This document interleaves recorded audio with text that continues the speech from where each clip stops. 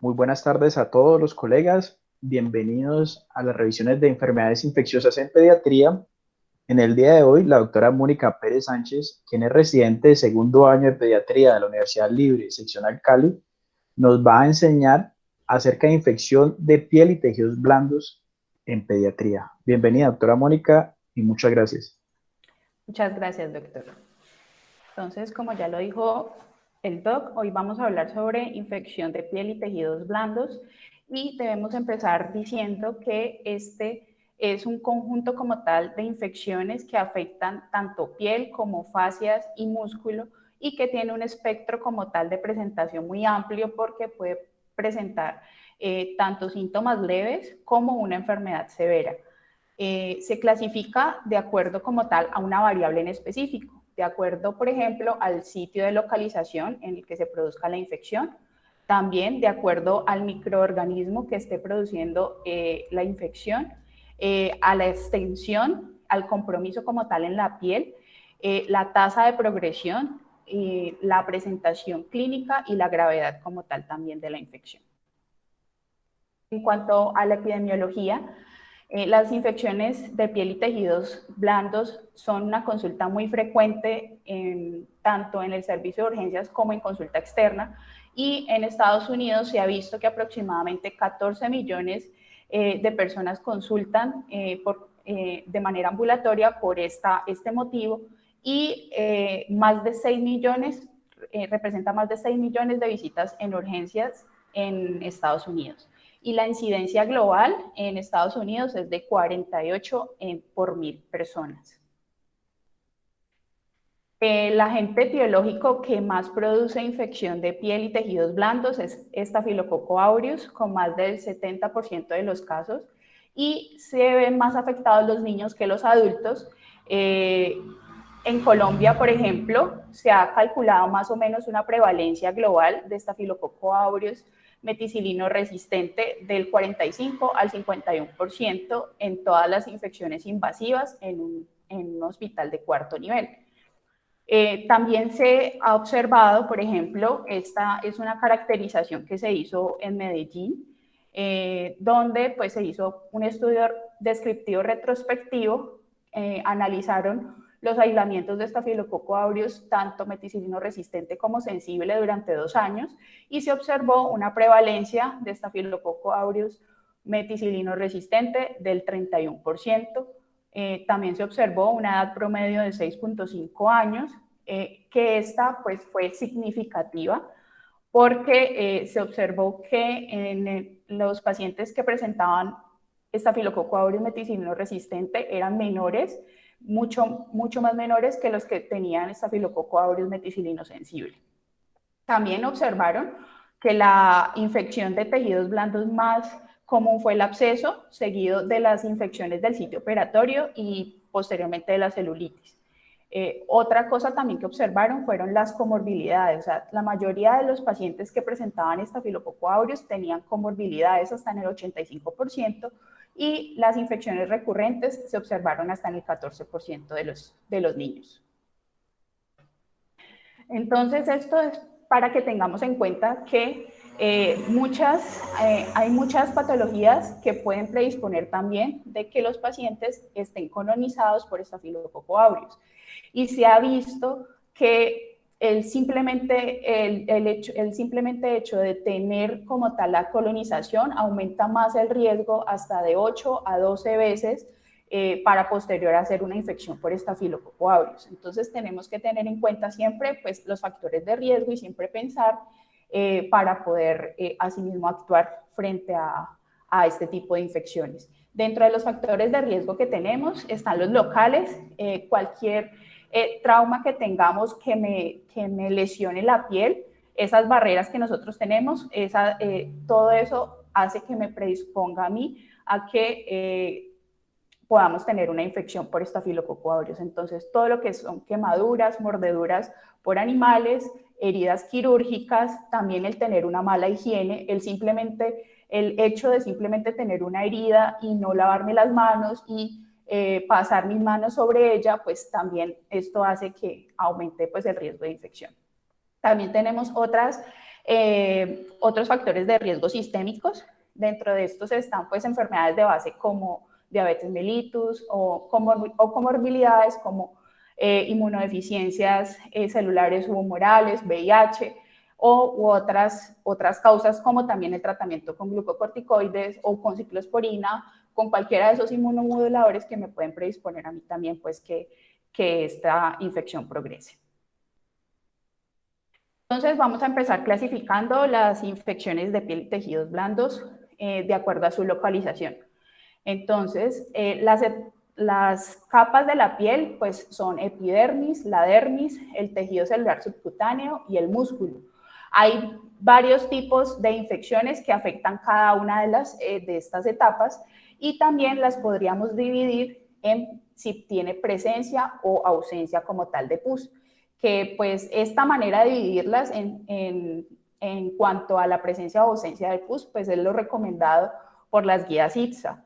Entonces, recomiendan que clasifiquemos infecciones purulentas como abscesos, forúnculos y carbúnculos, o no purulentas como infecciones necrotizantes, erisipela y celulitis. Esta es una clasificación más amplia como tal de la localización, entonces las dividimos en superficiales y profundas. Dentro de las superficiales tenemos las que afectan la epidermis, que un ejemplo de este es el impetigo. También está el ectima, que me puede afectar a mí tanto epidermis como dermis. La foliculitis y los forúnculos que afectan los folículos pilosos, la dermis, en la dermis como tal, se observan infecciones como los carbúnculos y la erisipela, y en el tejido celular subcutáneo podemos tener los abscesos y la celulitis. Pero también cuando progresa un poco más allá del tejido celular subcutáneo, más o menos en el tercio distal, ya casi llegando a las fascias, podríamos en esta localización tener ya una celulitis severa. Y ya clasificármela como una infección profunda.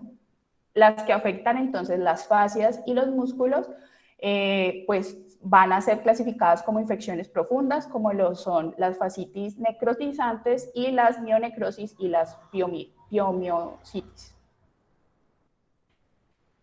Según la severidad, también podemos clasificar las infecciones de tejidos blandos. Entonces, las podemos clasificar en leves, moderadas a graves. Las leves son los pacientes que no tienen signos de respuesta inflamatoria sistémica, en los que simplemente tienen el absceso localizado y podemos drenarlo y hacer una incisión. También tenemos pues la infección moderada, en la que el paciente pues está con signos de respuesta inflamatoria sistémica, y la grave, en la que a pesar de que ya hemos dado tratamiento antibiótico, el paciente persiste pues con signos de respuesta inflamatoria sistémica. Y las podemos entonces asimismo clasificar tanto con el score de severidad en las purulentas y las no purulentas. ¿De qué va a depender esto? Pues que las no purulentas generalmente no van a estar acompañadas de pus, entonces depende como tal de los signos que tengan, como por ejemplo la celulitis y la erisipela, y de si hay extensión como tal o no de ese tipo de infección. Dentro de la etiología, como ya les venía diciendo, el agente etiológico pues más común es Staphylococcus aureus, pero también podemos ver otro tipo de bacterias implicadas, y también depende de la condición del paciente. Entonces, si es un paciente que ha estado frecuentemente en una exposición a agua de sal o agua dulce, o que ha sido mordido por un perro, por cualquier otro animal, que aparte de eso pues pueda tener un pie diabético, aunque esto pues se ve más en los adultos o en los adolescentes con el uso de medicamentos, de drogas inyectables. Entonces, de acuerdo como tal al tipo de condición que tenga el paciente, asimismo también podemos pensar en qué agente etiológico me esté ocasionando a mí la infección. Entonces, aparte de Staphylococcus aureus, podemos ver otros microorganismos menos frecuentes. Desde el que le sigue sería Streptococcus. Todas las especies de Streptococcus me pueden también producir a mí la infección, y ya pues dependiendo también del factor de riesgo podríamos ver, por ejemplo, Pasteurella mutósida, pero esas sí son infecciones pues un poco más menos comunes. En cuanto a los tipos de infección de tejidos de piel y tejidos blandos, si yo tengo, por ejemplo, un impétigo, también podemos pensar en los agentes infecciosos, porque también se ha observado que por cada tipo de infección de tejidos blandos hay un predominio como tal del agente etiológico. Entonces, cuando estamos frente a un impétigo, podemos pensar en cualquiera de los dos agentes, que son Streptococcus pyogenes o Staphylococcus aureus. También, otro tipo de infecciones que me genera Staphylococcus aureus es ectima, los forúnculos, los carbúnculos, todas las infecciones purulentas me las puede ocasionar Staphylococcus aureus. Y, por ejemplo, la erisipela, que no suele ser purulenta, esta generalmente puede ser ocasionada por Streptococcus pyogenes. Entonces, así, más o menos con el tipo de infección, uno va observando cuáles son los agentes etiológicos que más frecuentemente los producen. Hablando un poco de Staphylococcus aureus, este es una bacteria, un coco gram positivo que produce como tal una exotoxina letal para los leucocitos, y esto lo que hace es que recluta a los neutrófilos y hace que la lisis, que se lisen las células como tal del huésped, y participa entonces también en la formación de cápsulas de fibrina que rodean los abscesos. Por eso, muy frecuentemente nosotros vemos que los abscesos por Staphylococcus aureus también pueden estar septados. Sobrevive mucho en fómites y esto es lo que hace que muy frecuentemente sea el método de transmisión, y más pues en una persona que no tiene como tal higiene personal, que no se lava las manos y que pues toca cualquier herida que tenga en su cuerpo con las manos sin lavarse. En cuanto a las especies de Streptococcus beta hemolítico, también es un coco gram positivo. No produce pus, sino que son ampollas cerosas, y más frecuentemente implicados el Streptococcus pyogenes, que es el Streptococcus del grupo A. Es responsable también de otras infecciones clínicas, aparte del impétigo, de linfadenitis, de erisipela, de celulitis y de fascitis necrotizante. En cuanto ahorita sí, hablando sobre cada uno de los tipos de infección, vamos a empezar hablando sobre el impétigo. El impétigo, como ya lo había mencionado previamente, puede ser causado tanto por Staphylococcus aureus como por Streptococcus pyogenes. Esta es pues una infección que generalmente se produce cuando el paciente ha presentado colonización antes, principalmente por Staphylococcus aureus. Como ya les dije, puede verse incluso esa colonización hasta 10 días previos que ese paciente pues venía presentando ese tipo de colonización, y luego posteriormente hace las manifestaciones clínicas de la infección. Tiene una incidencia máxima entre 2 y 5 años y se puede ver pues en pacientes que tienen factores de riesgo, como la mala higiene, alteraciones pues de la capa epidérmica, también picaduras de mosquitos, abrasiones y eczema. Principalmente pues los pacientes con dermatitis atópica, que son los que tienden más a tener eczema. Entonces hay dos tipos de impétigo. Está el impétigo buloso y el impétigo no buloso.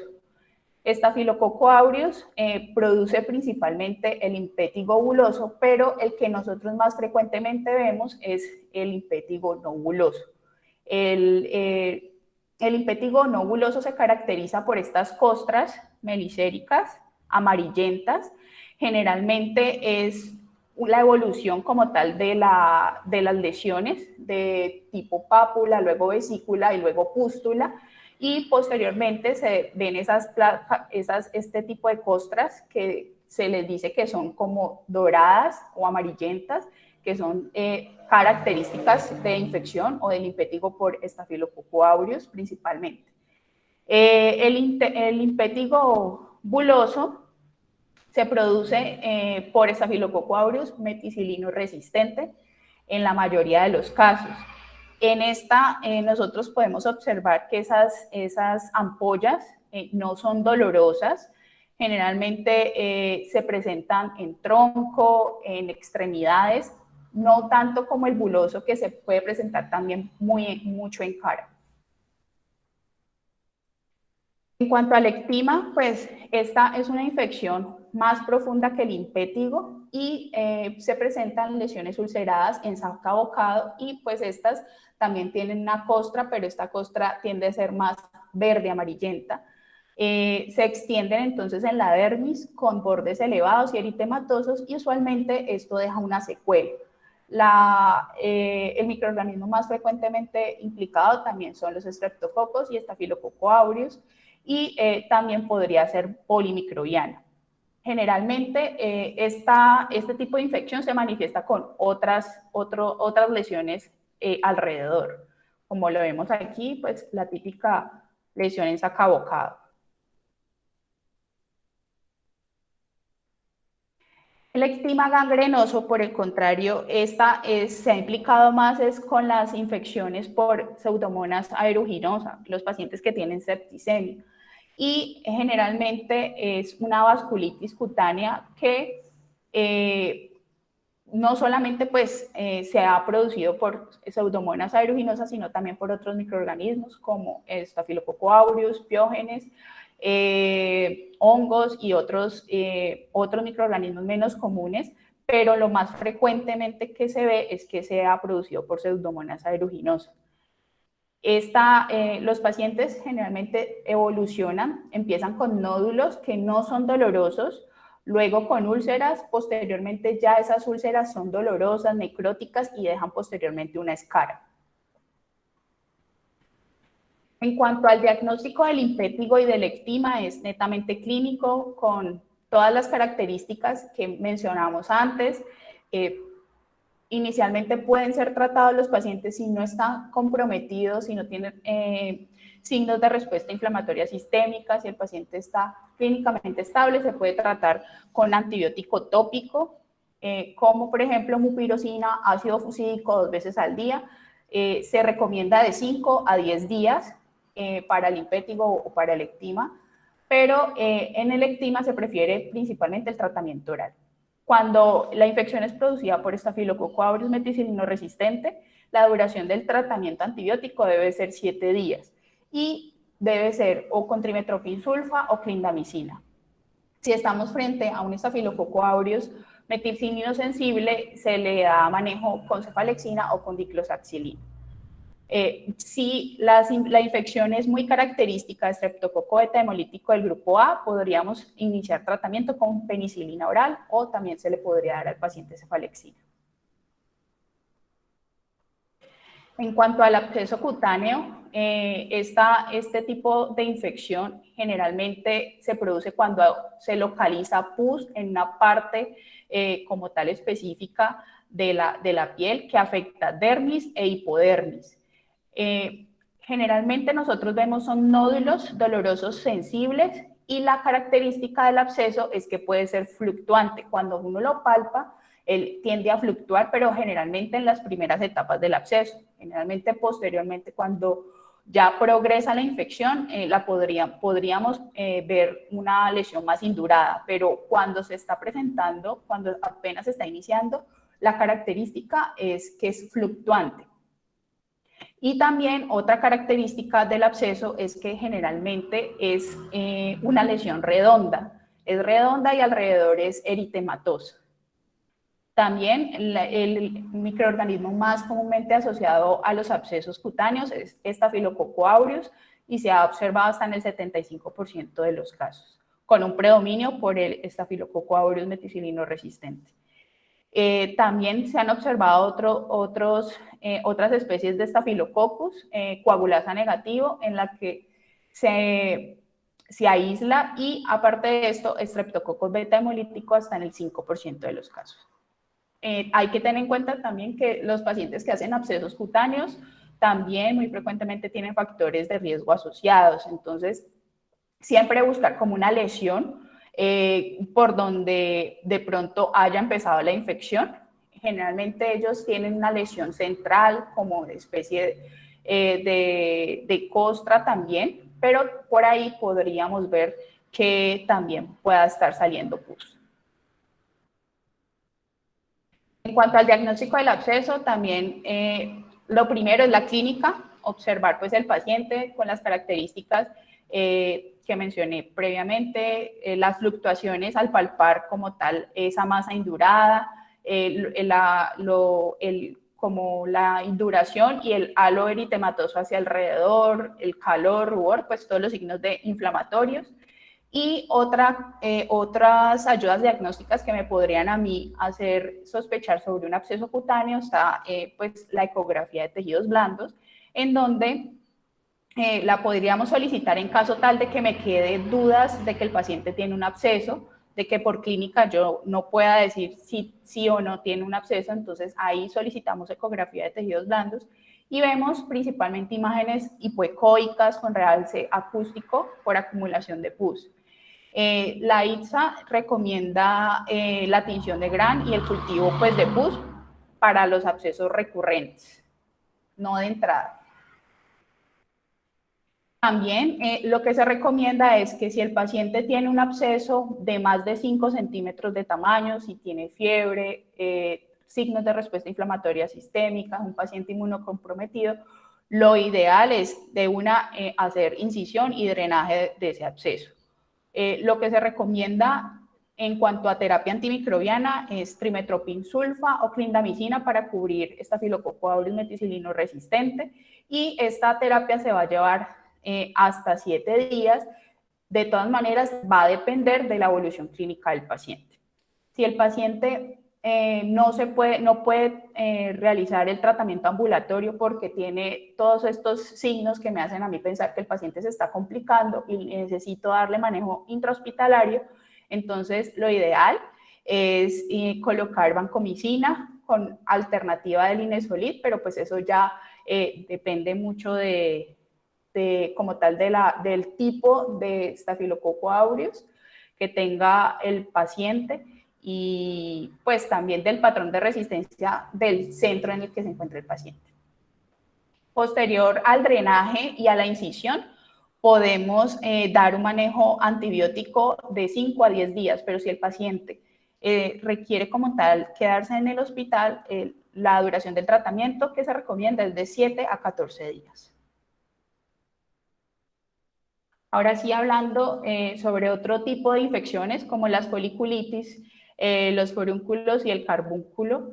Las foliculitis son ese tipo de inflamación que se origina en el folículo piloso y que se manifiestan con pequeñas pápulas diminutas que se pueden observar principalmente en cara en los niños. Los forúnculos ya son unos abscesos más pequeños que también se ven comprometidos en el folículo piloso y tienden a producir pus. Estos se localizan principalmente debajo de la epidermis. Y ya los carbúnculos, estos son ya la confluencia o el grupo de forúnculos como tal, que generalmente afecta pues, los tejidos celulares subcutáneos profundos. Y a menudo, generalmente, estos los podemos encontrar en cuello. En cuanto a este tipo de infecciones, también podríamos drenarlos cuando tienen más de 2 centímetros o cuando es un quiste epidermoide infectado.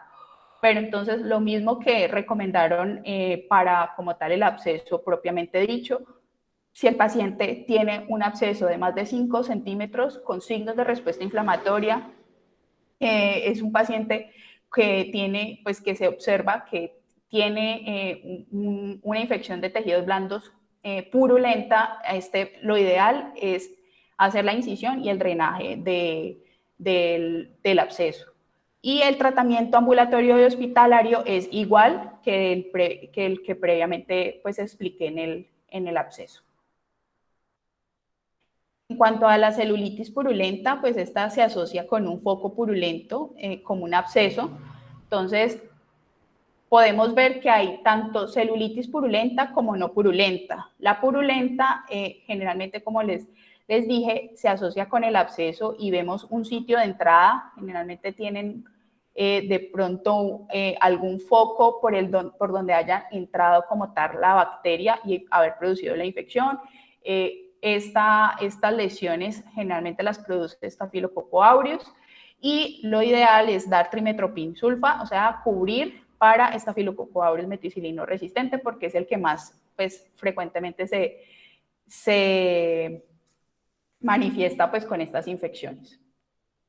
En cuanto a la celulitis no purulenta, lo que pasa con esta es que no hay como tal un sitio de entrada donde se produce la infección, sino que hay una ruptura de alguna barrera física o simplemente por el hecho de que no tenga como tal un sistema inmunológico adecuado para responder a ese tipo de infección, entonces se pueda presentar. Y las infecciones el agente etiológico que se presenta con las celulitis no purulentas principalmente es estreptococo del grupo B, entonces, de estreptococos beta-hemolíticos, perdón.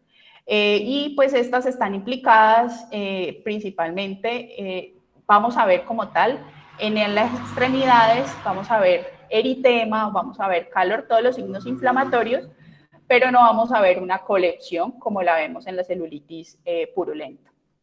El proceso puede extenderse también rápidamente y afectar pues otro tipo de áreas de la piel.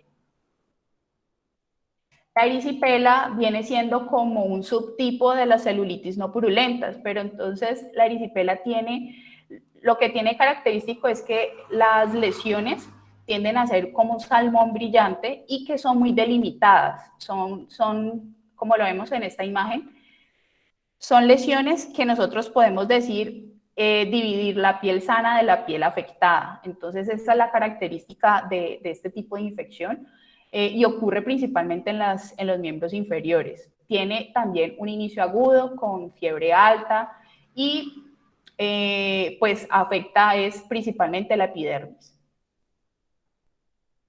En cuanto al tratamiento de la celulitis y erisipela, el tratamiento de primera línea es la cefalexina y como alternativa podríamos iniciar clindamicina o amoxicilina clavulanato o trimetoprim sulfa. Todo depende pues como tal del paciente. Y si el paciente tiene una lesión ya extensa, una infección ya de moderada a grave que necesitamos dejarlo hospitalizado, podríamos administrar oxacilina, cefazolina, ampicilina, sulbactam o clindamicina, y ya como una alternativa también podríamos añadir o manejarlo con amoxicilina clavulanato. La duración como tal recomendada en el tratamiento de la celulitis y de la erisipela es de 5 días, pero vuelvo y repito, todo depende de la evolución clínica del paciente.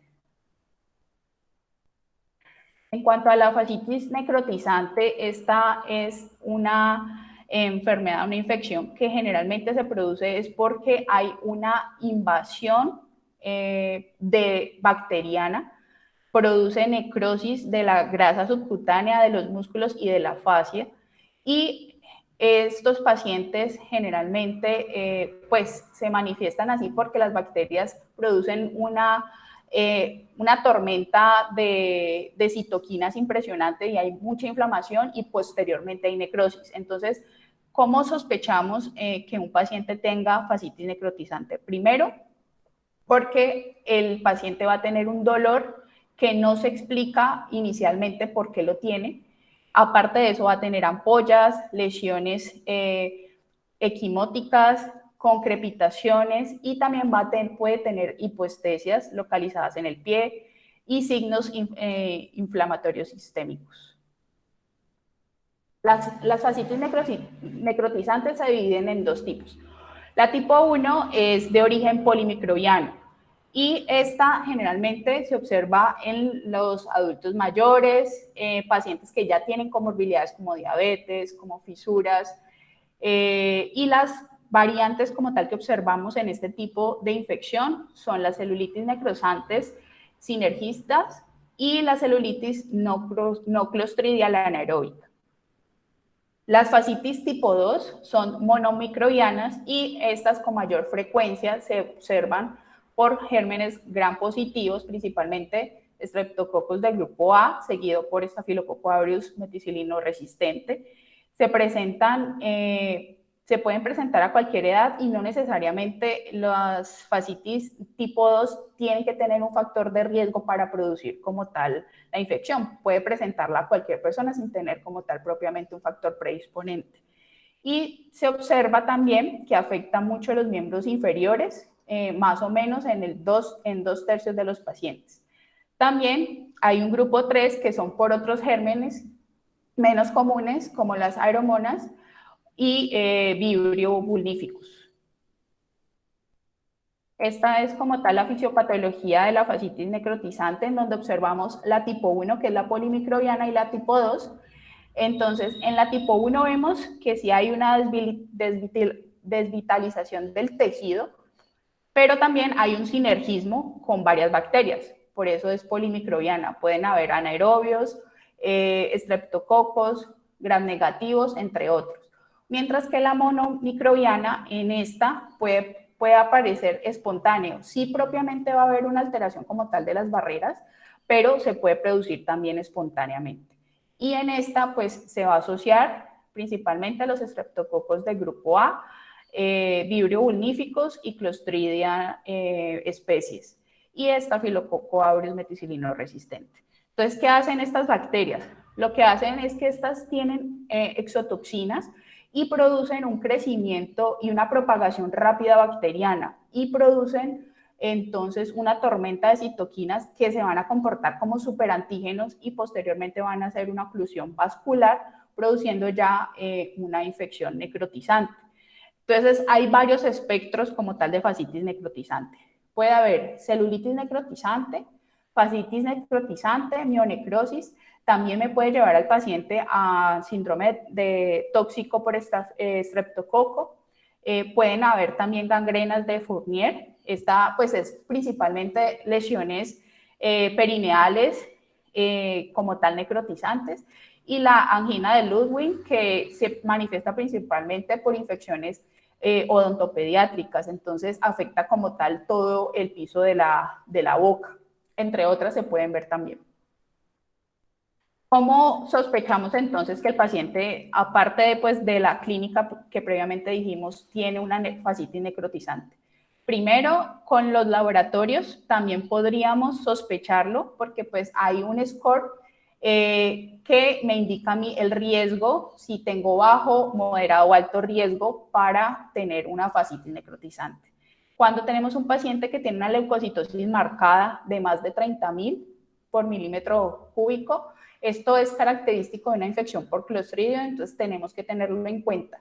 Y lo otro es solicitar, pues hacer pues este score, que es solicitando la PCR, un hemograma para ver los leucocitos, ver la hemoglobina, el sodio, la creatinina y la glucosa. Con un puntaje de estos mayor o igual a 6, a mí me dice que el paciente tiene un riesgo de moderado a alto de tener una infección por una infección necrosante. ¿Qué otras como tal métodos podríamos utilizar para diagnosticar una fascitis necrosante? Podemos utilizar también el TAC, que sería como tal la imagen de elección en estos pacientes, porque me ayuda a delimitar el grado de compromiso en la fascia, el grado de engrosamiento como tal y de inflamación. Entonces, lo ideal en estos pacientes sería hacer un TAC. Como vemos pues en esta imagen, lo que vemos aquí es aire en la fascia. Acá pues este es un TAC de abdomen y vemos que hay un compromiso como tal en el recto del abdomen. Y vemos esto pues con mucho aire. Y en la resonancia magnética también pues se ha observado que tiene el mismo rendimiento del TAC, pero pues su utilidad es muy limitada porque pues determinamos o hacemos como tal acciones más rápidos con el TAC, y pues en estos pacientes hay que correr porque pues muy fácilmente se pueden complicar y si no actuamos rápido.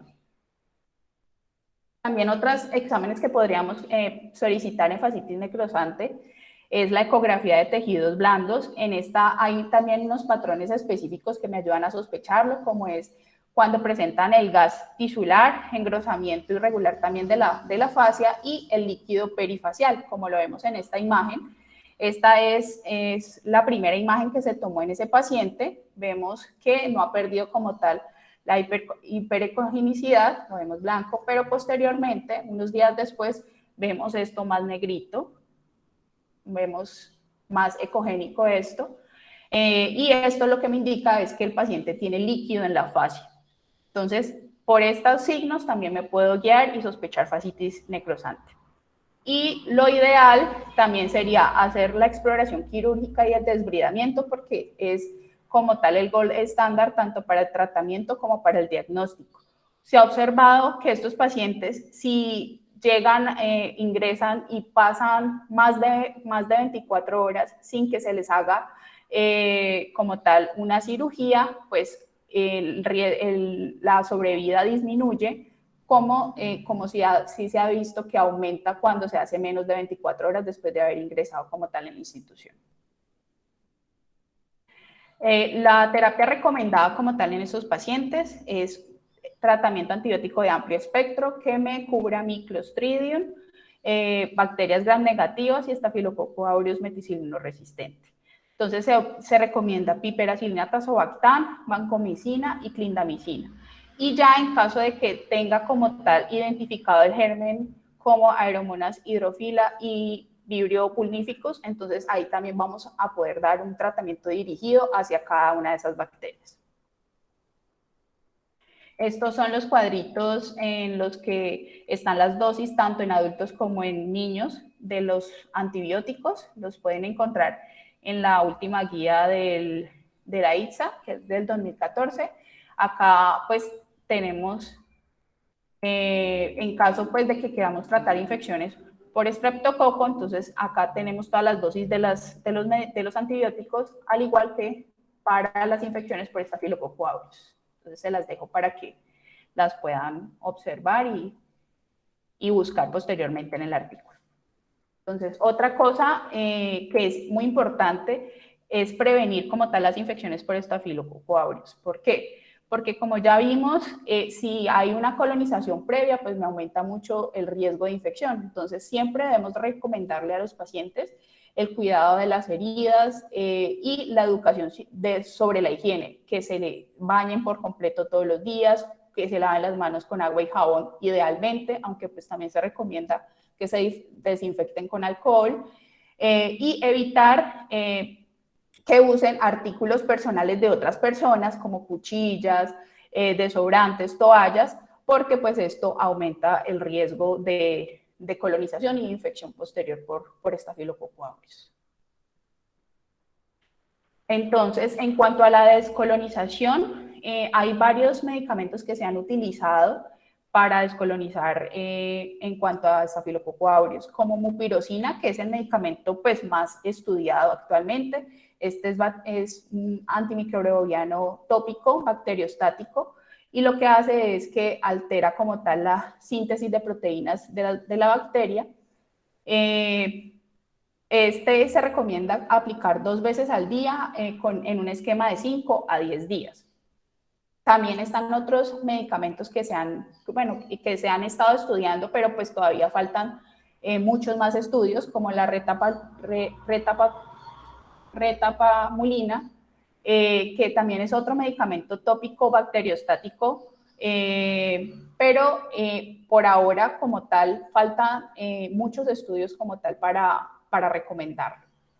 Está la povidona yodada y está también las preparaciones en etanol, los lavados con clorexidina, que también usualmente los recomendamos y se recomiendan 2 veces a la semana al menos, y los baños con hipoclorito de sodio. Entonces, ¿cómo vamos a empezar como tal la descolonización? Cuando tenemos un paciente con infección de piel y tejidos blandos, primero hacemos el manejo de la infección. Vemos si el paciente tiene comorbilidades que hagan de que tenga colonización por estafilo o si tiene de pronto algún familiar que presente este tipo de infecciones. Si tiene comorbilidades que me hagan a mí pensar que lo puedan predisponer de las infecciones por Staphylococcus aureus, entonces debo tratarlas. Y si a pesar de que yo trato estas condiciones, el paciente sigue con esas infecciones de piel y tejidos blandos recurrentes, entonces debo de empezar como tal la descolonización con mupirocina, que es lo recomendado, pero inicialmente siempre educar al paciente en cuanto a la higiene personal. Al igual, si el paciente tiene una recurrencia de las infecciones como tal por Staphylococcus aureus o tiene familiares que hayan presentado recientemente infecciones por entonces a toda la familia se le recomienda la descolonización con mupirocina 2 veces al día por 5 a 10 días y un baño diario. Pero en ese punto todavía no vamos a, como tal, a recomendar el baño con otros agentes. Y ya después de que yo he descolonizado o he recomendado la descolonización como pirocina, el paciente a pesar de esto sigue con recurrencia de las infecciones de tejidos blandos, entonces debemos mirar si el paciente sí es adherente como tal a las recomendaciones que previamente se le dio, si en realidad hace como tal toda la descontaminación, lavado de manos. Si lo hace y a pesar de eso sigue con recurrencia, entonces debemos de recomendarle al menos 2 veces por semana un baño con clorexidina o con hipoclorito, más la mupirocina intranasal 2 veces al día por 5 a 10 días. Y cada mes se recomienda por la primera semana la aplicación también de la mupirocina. Si a pesar de esto el paciente sigue con recurrencia, debemos considerar también otros agentes descolonizantes y pues para sí mismo tratarlo. Si el paciente no sigue con la recurrencia, simplemente suspendemos la descolonización, pero siempre debemos como tal explicarles que todos en la familia se deben hacer la descolonización con mupirocina. Muchas gracias. No sé si el doctor Juan Pablo tenga algo que añadir. No, Mónica, excelente presentación. Muchísimas gracias. Muchísimas gracias. Ahí les voy a tirar unos infectotips, ¿sí? Esto, Staphylococcus Doc, aureus. casi no le escucho. Ah, ahí, ¿me escuchan ya? ¿O todavía no? Sí, ya, ¿Ya? ya. Ah, vale. Moni, deja de presentar, por favor. Ah, ok. ¿Vale? El 60% de Staphylococcus aureus meticilino resistente de patrón comunitario se encuentra en Colombia, ¿sí? Entonces es por eso que cuando nos llega cualquier tipo de estas infecciones de piel y tejidos blandos, si comenzamos con cefalexina, entramos en un 60% perdiendo. ¿Por qué? Porque cefalexina solamente me va a cubrir Staphylococcus aureus meticilino sensible. ¿Listo? Entonces, cuando le llegue así de manera ambulatoria y toda la cosa, lo ideal es siempre tomar rastreo nasal para identificar ese paciente si está colonizado por Staphylococcus aureus y saber cuál es ese patrón de resistencia a ese Staphylococcus aureus, ¿sí? Y tomar cultivos de esos abscesos, de esas lesiones que tenga, ¿vale? Porque así mismo le va a dar un manejo dirigido a este paciente, ¿vale? Entonces, el manejo ambulatorio, cuando les llegue el servicio de urgencias, ¿sí? Empíricamente es mejor iniciar con clindamicina o trimetoprim sulfamethoxazol, cubriendo ese Staphylococcus aureus meticilino resistente de patrón comunitario que se encuentra en un 60% en nuestro país, ¿vale? Ya si el paciente le llega en un síndrome de choque tóxico por Staphylococcus aureus, que usted lo está sospechando, o sea que el paciente que, digamos que presentó un trauma hace 48 horas, se golpeó la rodilla del paciente, sí, se le empezó a colocar con todos los signos inflamatorios, esa articulación de dolor, calor, rubor, ¿sí? Entonces, en ese paciente que se ha deteriorado en las últimas 24 horas, que llega con un síndrome de dificultad respiratoria, todo taquicárdico, febril, somnoliento, entonces cuando les llegue así agudamente enfermo y les llegue muy crítico y que ustedes sospechen que está iniciando un síndrome de choque tóxico por Staphylococcus aureus, entonces ahí me van a iniciar vancomicina. Vancomicina es un glicopéptido bactericida, ¿listo? Que me cubre solamente Staphylococcus aureus meticilino resistente, ¿listo? Me van a iniciar clindamicina. Clindamicina solamente me cubre Staphylococcus aureus meticilino resistente y me frena la toxina STT1 de Staphylococcus aureus. Este es un bacteriostático, ¿listo? Y cefazolina para cubrir Staphylococcus aureus meticilino sensible. Esto es que le llegue agudamente enfermo, crítico, en sepsis, donde sospecho Staphylococcus aureus, de una a los 3. ¿Listo? Ahí damos cubrimiento a Staphylococcus aureus meticilino resistente y Staphylococcus aureus meticilino sensible. Vamos a dejar algo claro. Vancomicina no me cubre Staphylococcus aureus meticilino sensible. No me lo cubre. Vancomicina es exclusivamente para meticilino resistente. Para el meticilino sensible solamente tengo alternativas de cefalosporinas de primera generación o oxacilina. ¿Listo? Que son los tratamientos de elección. Ya para el meticilino resistente yo tengo muchas más alternativas. Tengo vancomicina, después de vancomicina, dependiendo del sitio de infección, está linezolid, daptomicina, ceftarolina. Entonces tengo más alternativas con meticilino resistente y tengo muy poco armamento para meticilino sensible. ¿Sí? Y cuando nos sale meticilino sensible, que es un 40%, el comportamiento es bastante agresivo. ¿Sí? El meticilino sensible es muy agresivo también. Y es demasiado virulento y te afecta. Se puede consumir un niño en menos de 72 horas. ¿Listo? En esas infecciones de piel y tejidos blandos recurrentes, usted les puede tomar un rastreo nasal y hacerle una adecuada descolonización para Staphylococcus aureus, como lo dijo muy bien la doctora Mónica, ¿sí? Con baño con jabón de clorexidina o baños de clorexidina, mupirocina al 2% alrededor de todos los orificios del cuerpo, perinasal, periauricular, peribucal, periumbilical, perianal y en las niñas perivaginal. ¿Listo? Y uno le repite ese rastreo nasal en 3 meses. Si persiste positivo para Staphylococcus aureus, debe continuar con la mupirocina y con los baños de clorexidina o paños de clorexidina. Siempre hay que tratar a la familia, ¿no? Porque es que si solamente tratamos al niño, pero si la mamá también está colonizada o la abuelita y pues está en permanente contacto afectivo con ese menor, entonces, pues no hacemos nada, ¿vale? Entonces, cuando les llegue a su consulta, la sugerencia es que le pidan rastreo nasal a ese menor y a los convivientes con este paciente, con este menor de edad que ustedes van a recibir. No sé si tienen algún tipo de dudas, preguntas, algún tipo de comentario que quieran realizar.